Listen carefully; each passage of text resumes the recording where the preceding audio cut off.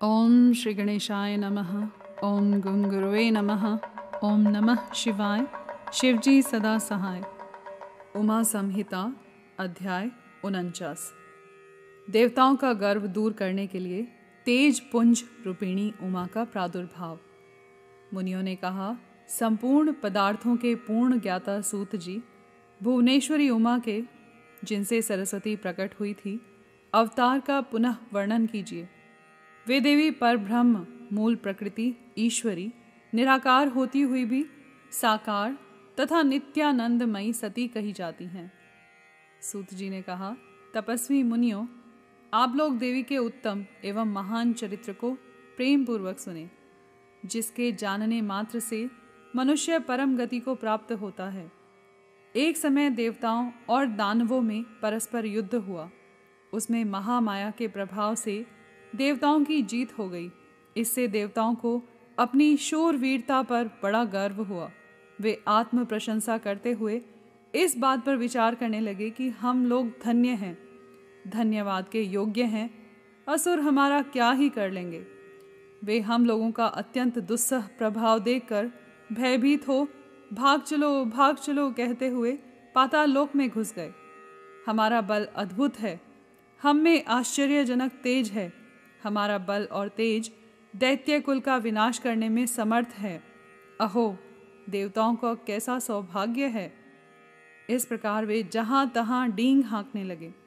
तदंतर उसी समय उनके समक्ष तेज का एक महान पुंज प्रकट हुआ, जो पहले कभी देखने में नहीं आया था। उसे देखकर सब देवता विस्मय से भर गए। वे रुंधे हुए गले से परस्पर पूछने लगे, यह क्या है, यह क्या है। उन्हें यह पता नहीं था कि यह श्यामा यानी भगवती उमा का उत्कृष्ट प्रभाव है, जो देवताओं का अभिमान चूर्ण करने वाला है। उस समय देवराज इंद्र ने देवताओं को आज्ञा दी, तुम लोग जाओ और यथार्थ रूप से परीक्षा करो कि यह कौन है। देवेंद्र के भेजने से वायुदेव उस तेजपुंज के निकट गए। तब उस तेजो राशि ने उन्हें संबोधित करके पूछा, अजी, तुम कौन हो।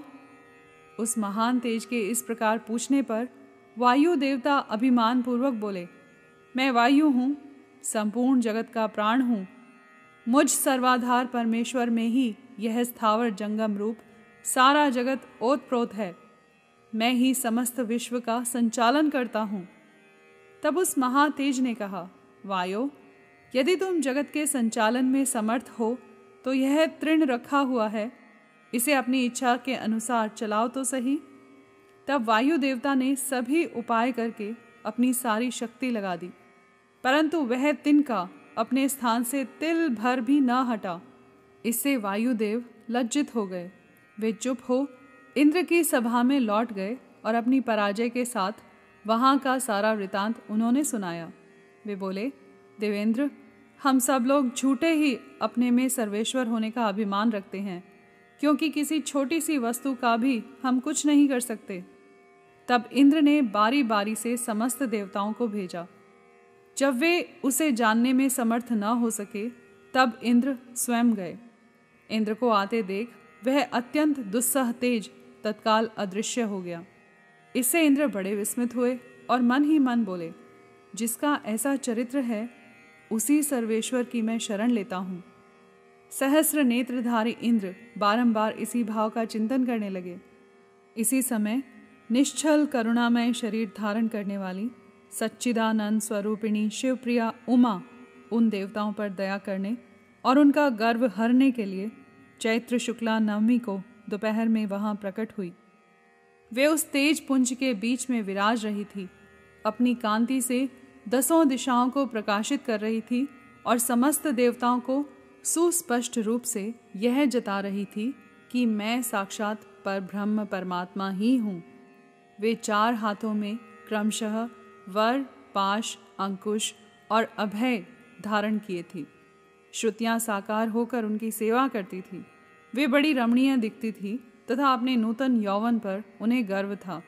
वे लाल रंग की साड़ी पहने हुए थी। लाल फूलों की माला तथा लाल चंदन से उनका श्रृंगार किया गया था। वे कोटि कोटि कंदर्पों के समान मनोहारिणी तथा करोड़ों चंद्रमाओं के समान चटकीली चांदनी से सुशोभित थी। सबकी अंतर्यामिनी, समस्त भूतों की साक्षिणी तथा परब्रह्म स्वरूपिणी उन महामाया ने इस प्रकार कहा। उमा बोली, मैं ही परब्रह्म, परम ज्योति, प्रणव रूपिणी तथा युगल रूप धारिणी हूँ। मैं ही सब कुछ हूँ। मुझसे भिन्न कोई पदार्थ नहीं है। मैं निराकार होकर भी साकार हूँ। सर्व तत्व स्वरूपिणी हूँ। मेरे गुण अतकर्य हैं। मैं नित्य स्वरूपा तथा कार्य कारण रूपिणी हूँ। मैं ही कभी प्राण वल्लभा का आकार धारण करती हूँ और कभी प्राण वल्लभ पुरुष का, कभी स्त्री और पुरुष दोनों रूपों में एक साथ प्रकट होती हूँ। यही मेरा अर्धनारीश्वर रूप है। मैं सर्वरूपिणी ईश्वरी हूँ। मैं ही सृष्टिकर्ता ब्रह्मा हूँ। मैं ही जगत पालक विष्णु हूँ तथा मैं ही संहार करता रुद्र हूँ। संपूर्ण विश्व को मोह में डालने वाली महामाया मैं ही हूँ। काली, लक्ष्मी और सरस्वती आदि संपूर्ण शक्तियाँ तथा ये सकल कलाएं मेरे अंश से ही प्रकट हुई हैं। मेरे ही प्रभाव से तुम लोगों ने संपूर्ण दैत्यों पर विजय पाई है। मुझ सर्व विजयिनी को न जानकर तुम लोग व्यर्थ ही अपने को सर्वेश्वर मान रहे हो। जैसे इंद्रजाल करने वाला सूत्रधार कठपुतली को नचाता है, उसी प्रकार मैं ईश्वरी ही समस्त प्राणियों को नचाती हूँ। मेरे भय से हवा चलती है। मेरे भय से ही अग्निदेव सबको जलाते हैं तथा मेरा भय मानकर ही लोकपालगण निरंतर अपने अपने कर्मों में लगे रहते हैं।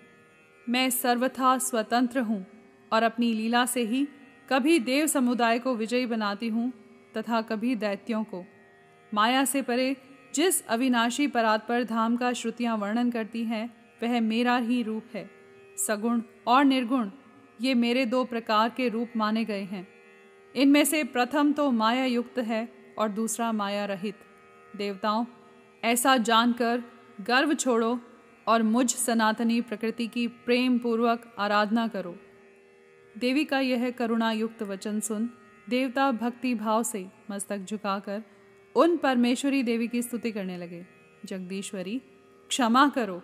परमेश्वरी, प्रसन्न हो। मातः, ऐसी कृपा करो जिससे फिर कभी हमें गर्व न हो। तब से सब देवता गर्व छोड़ एकाग्रचित हो पूर्ववत विधि पूर्वक उमा देवी की आराधना करने लगे।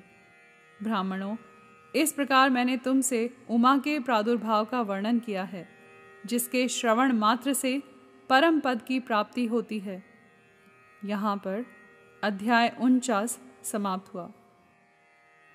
कर्पूर गौरम करुणावतारम संसार सारम भुजगेंद्रहारम सदा वसंतम हृदयारविंदे भवम भवानी सहितम नमामि।